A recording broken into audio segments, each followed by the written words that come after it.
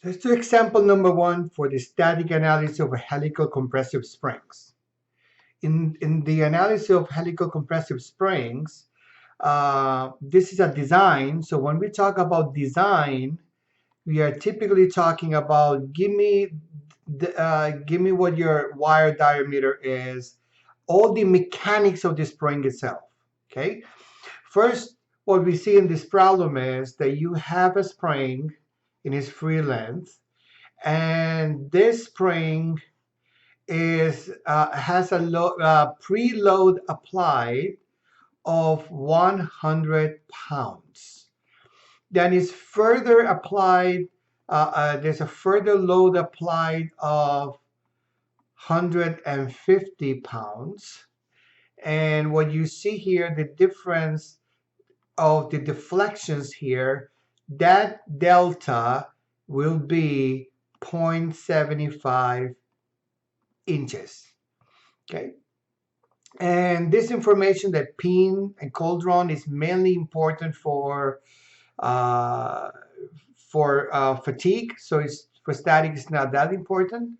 This is the type of material that will be used. It says square and ground ends has a spring index of C. So what the problem is saying is my C is equal to, my spring index is C is equal to 8. This is going to be important for buckling, this information that we have here. And so when we do this type of analysis and these problems, the question is, what do we do now? Because I don't have my diameter, I don't have nothing. So the way the problem works is I'm going to have to start with some initial guess, right? And work my way around that. I need to start with my initial guess, right? From the table, choose a guess. And from there, you need to make sure that your spring index is given, so we cannot change this for now. We need to make sure that an A is bound between 3 and 12. Okay. And if this is all true, then we need to make sure that all my factors of safety are bigger or equal than 1. We do factor for preload. We're going to do this for the working load at shut. And we're also going to make sure that your buckling all your L's are less than your critical. This is for buckling. Okay. Those are the two main checks, that all the 3-4 checks that we need to do in the problem. But before we do anything, what we need in the problem is, we need to know what my tau, we need to know what your sigma ys is, right? So what we're going to do is, we're going to go to this table, and you can see here they said this is the material that we're going to be using in the problem. And from this material, my A is equal to, for this material, M is equal to 190. So I know that SUT will be D minus 0.90. And then you keep on going here, and this is the value of A. So this will be 140. This is SUT. So this is SUT that we are looking for. Okay, so now we go to the next table. Okay, we need to find, we found this, but we need to find what your YS is. Okay, your YS is going to be a number that comes from the table times SUT. That will come from this table. Okay, and this table, we are working with cold drawn. Okay, from the table right here. So this number is 0.4745. So this will be 0.45 SUT. And you can follow this. There's a handout posted on D2L as well. So you can follow the handout. D minus 0.90. So this gives you 63 D to the minus 0.190. Okay, so this is what this value is, and note that all the values will be given in KSI. Okay, once I do this, this will be KSI. The second thing that we do as we move along now, we need to know what the value of my shear modulus is. So, so this is the material I'm working with. We cannot choose this modulus yet because it's going to depend on the dimension of my wire diameter. You can see that I'm going to have different values here. These are the values that I'm looking for. This is my G. And all is going to depend on the values of D. So I need to go back and I need to start with some guesses. Before we do that, what we know in the problem is, we know that C is equal to 8. So since C is equal to 8, we can find the shear factor. I told you we're going to use KB to be conservative throughout the problem. So if you replace this number there, you find this is equal to 1.17. Okay, this is the shear correction factor. So the problem doesn't give me the problem doesn't give me any safety factor, additional factors, but as a standard factor for springs, we know that we have to apply 1.2. This is a standard given process. So my new F max will be 1.2 times 150. So for my analysis purposes, I will use this load. F minimum would be 1.2 times 100. That will give me 120 pounds. So these are the new loads that we'll use throughout all my analysis. These are the loads that we use, not 150 and 150. Okay, so we have several ways we can do this in the problem. The first way we could do is we could go ahead and we could solve for your value D. There are two approaches mainly in this problem. The first approach is we want to find D. So we could do an iterative process, right? Find D from the tables, calculate your factor safety, and ensure this is equal to 1. If not, then find a new guess. If it's a no, find a new guess, and keep on doing this until this is achieved. The other process is I could just go straight forward and say, I know that this is equal to is equal to this. It has to be bigger or equal than 1. Remember, I applied 1.1 in here, so I don't need to apply it there. Okay, so and then from here, I could just go ahead and solve for D and have an initial guess, and I could start with this new guess. There could be another alternative. There are two approaches. Okay, so going with my first approach, let's assume, let's do a try number 1. So the first try says let's go ahead and choose gauge 8. And the gauge 8 is equal to 0.162. Note that gauge 8 has nothing to do with C.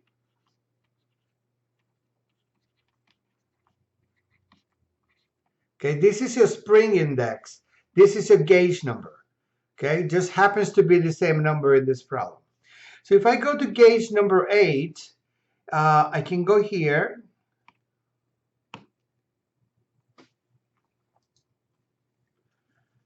Go to gauge number 8, and then you go all the way along here, and you find this value, right? So this is the value I will use for my initial guess. is 0.162. So we do this, and the best way to do this problem is for F maximum, for the maximum possible load, make sure that we are safe and that we can move on. Pounds. So if I do tau max is equal to KB A times F times C pi d squared, and note that this is the form most convenient. I save an extra step. Where I don't need to find d. Okay, your mean diameter. So if I replace all the values in here, this gives me 1.17. This is 8 times 180, and this is your c is 8 pi divided by 0.162. Squared, and note that I'm going to divide this by 1,000 to make this KSI. Okay, so I get a value of 163.48 KSI, and SYS was equal to 63 d to the minus 1.90, and that gives me a value of 63.162 minus 0.190. I evaluate this, I get 89.03 KSI. So my factor of safety here is, my factor of safety in this problem would be YS divided by tau max. That would give me 89.03, and that gives me 163.48. This is 0.54, and definitely this is not bigger than 1. I need to redesign. Okay, so just going back to the notes here to jump a couple of steps here. I did this problem. I went to the next gauge up. I said, let me go to gauge number 5 and see what happens. Gauge number 5 is up here. You can see gauge number 5 is here. So I go get gauge number 5. This is my new guess. I only did the steps of 7, 6, 5. So that's what I'm stopping at. I'm going this one up just to show some simplified some steps here. In the same process, you can see I need to find what your D is, 0.207, and you calculate this. It was still not acceptable, and I keep on moving to gauge number 4, gauge number 3, and the gauge number 3 actually gave me an acceptable value. Okay, because I get a value of 1.14, and this is bigger or equal than 1, so I will stop right here. I will assume that this is a possibility. So the other option, approach number 2,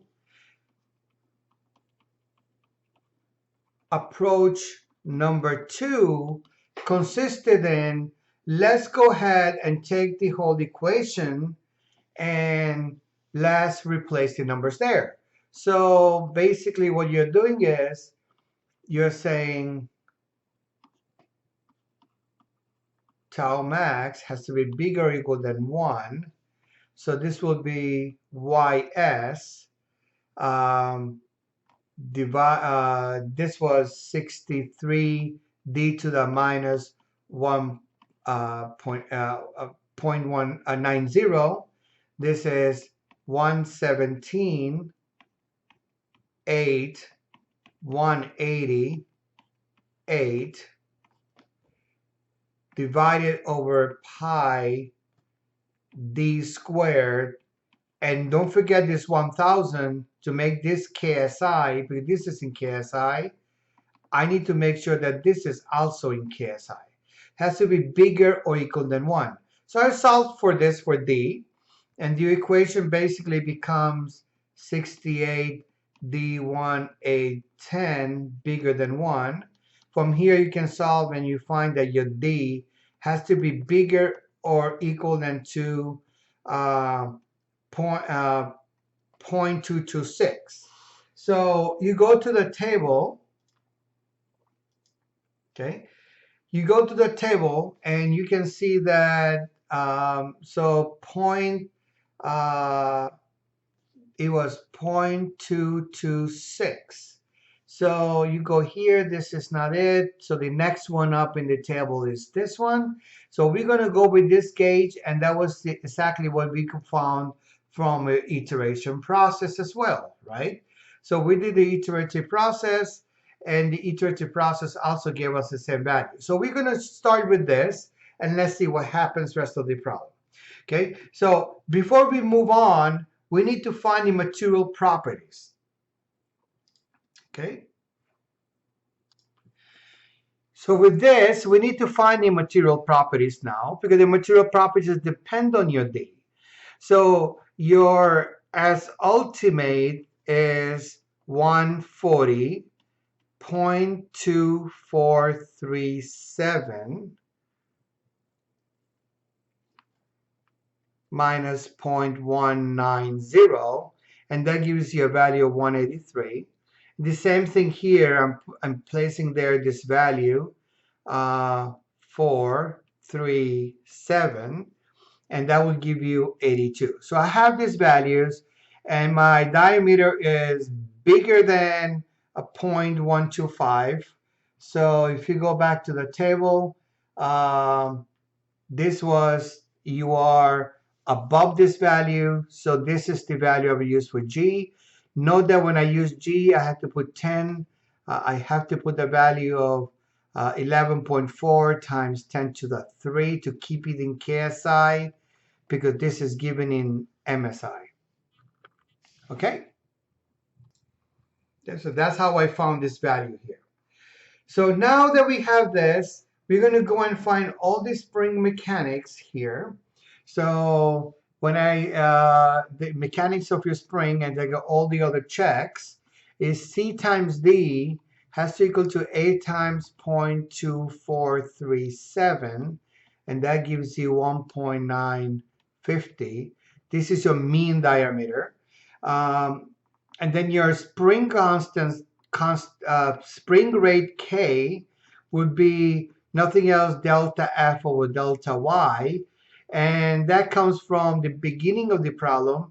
But just note that this is 180 minus 120. This is maximum minus the minimum minus your delta. Your delta was 0.75.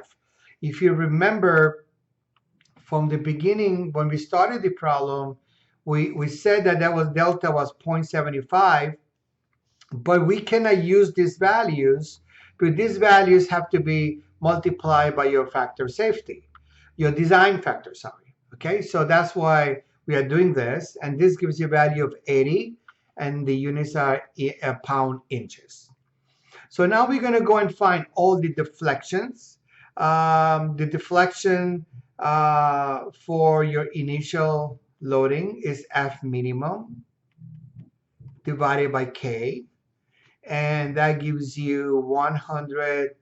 That gives you 120 divided over 80. That gives you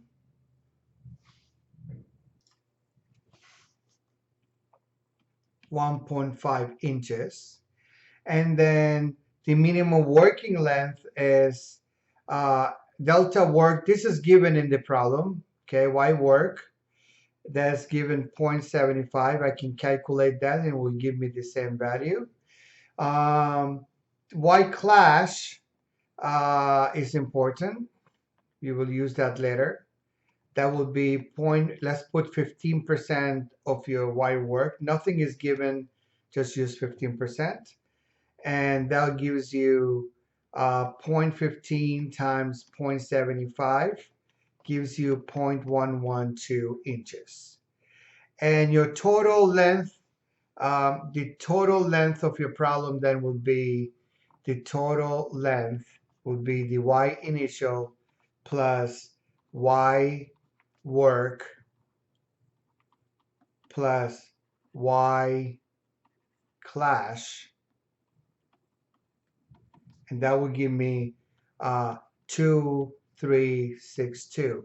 That is this length right here that goes from your free, your no load apply, your free state, to where your maximum possible load can be applied. That will be indefinite load, infinite load. Okay, so now that we have all these dimensions, now let's go ahead and calculate the number of coils.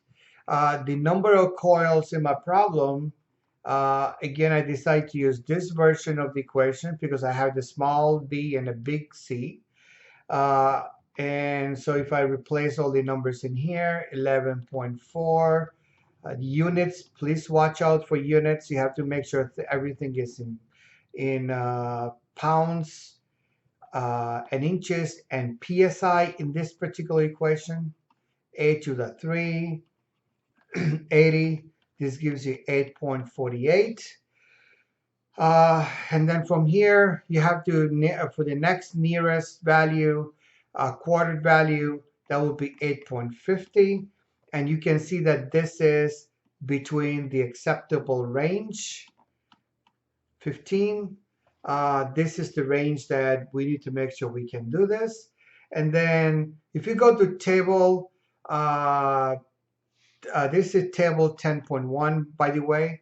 In this particular table, you will get what your total number of, you can find what this is and what this is that I'm going to need.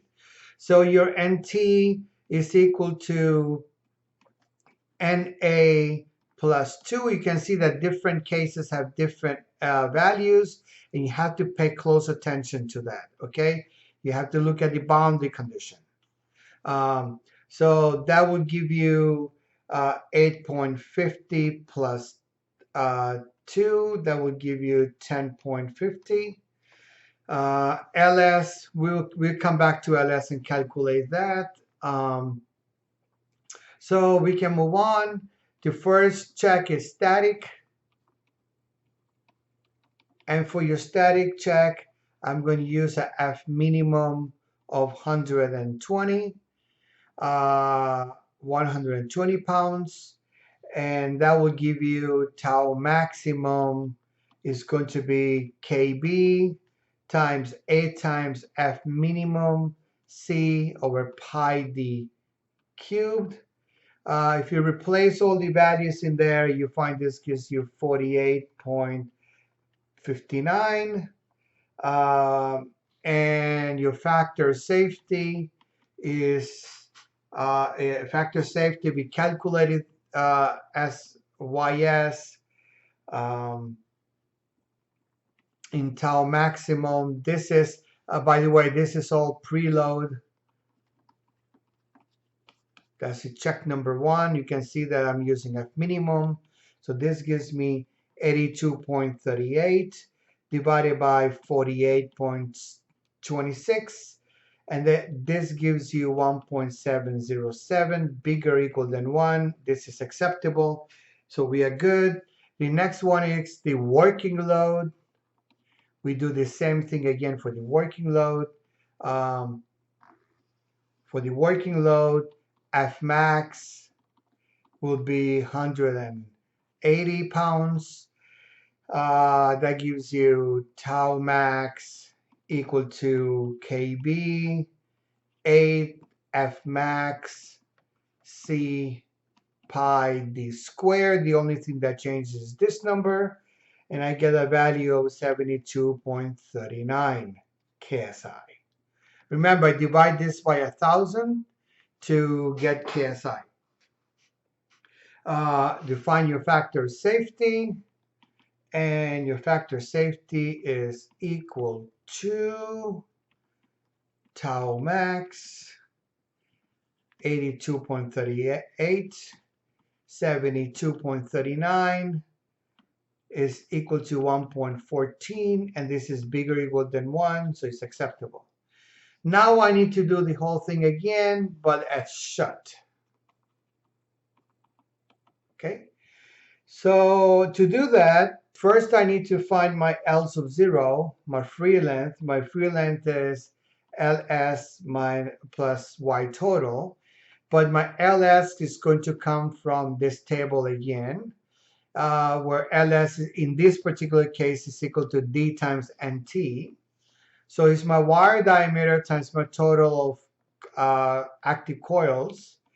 The total number of coils in my problem, that gives me 0.437 times 10.5.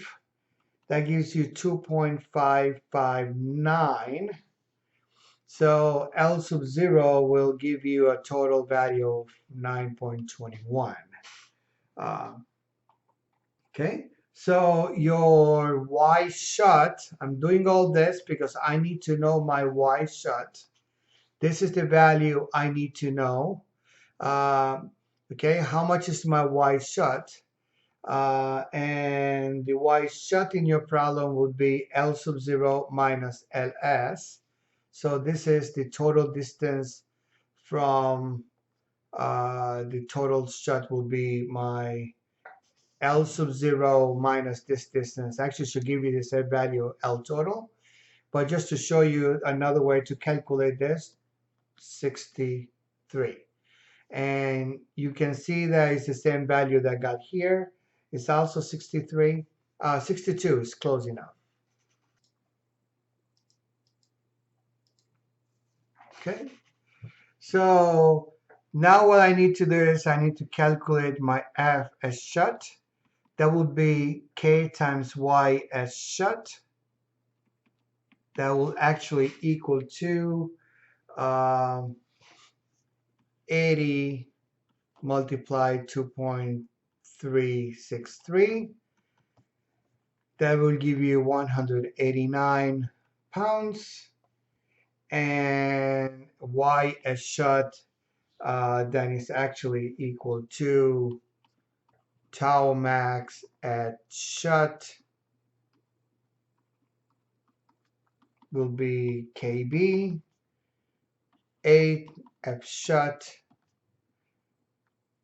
at C pi D squared gives you 76 KSI, and you find that the factor of safety is Y is tau max shut 82.39 divided by 76 gives you 108. Is bigger than 1 is acceptable. If this was to fail, I need to choose the next gauge up. Okay, I need to redesign my spring. Okay, so the last check that you want to do is check number 2 is stability. And to do stability, I need to find my critical length. And my critical length from my equations, is steel and is this case right here, squared and ground. So from your notes, this equation is valid. 1.95. We already calculated this at the beginning. 10.25. This is D. And so you can see stability conditions, L sub 0 was equal to 4.92. And this is less than L critical. So no buckling in free length. And then Y plus Y working, that gives you 2.25 inches. And this is less than L critical as well. So no buckling to full load. So at the end of the day, you want to give a recommendation, and your recommendation will actually look like this. The MATLAB script I have there actually does some of this stuff. You have to watch it carefully. This is the value, this is D, this is your diameters, outer diameter, inner diameter, and then this is important. You will never give this to the designer, okay? Well, you will tell them what is the closest value on the 32nd. In some cases, even 64th is acceptable, but 32nd is very common. So I recommend to keep it there. And so this can equal to this. However, nowadays with the high precision machines, you can even give it in decimal points. It might be acceptable. Okay. Then the pitch. Where does the pitch equation come from? Go back to this table. You can see where the pitch comes from, right? Again, it all depends on the boundary condition. L sub 0 minus 2 times the NA. So that's where I got my pitch from. And then you have to get the pitch angle. This is the design that you're recommending as an engineer to the designer, and making sure that your spring matches this criteria for full safety under static loading.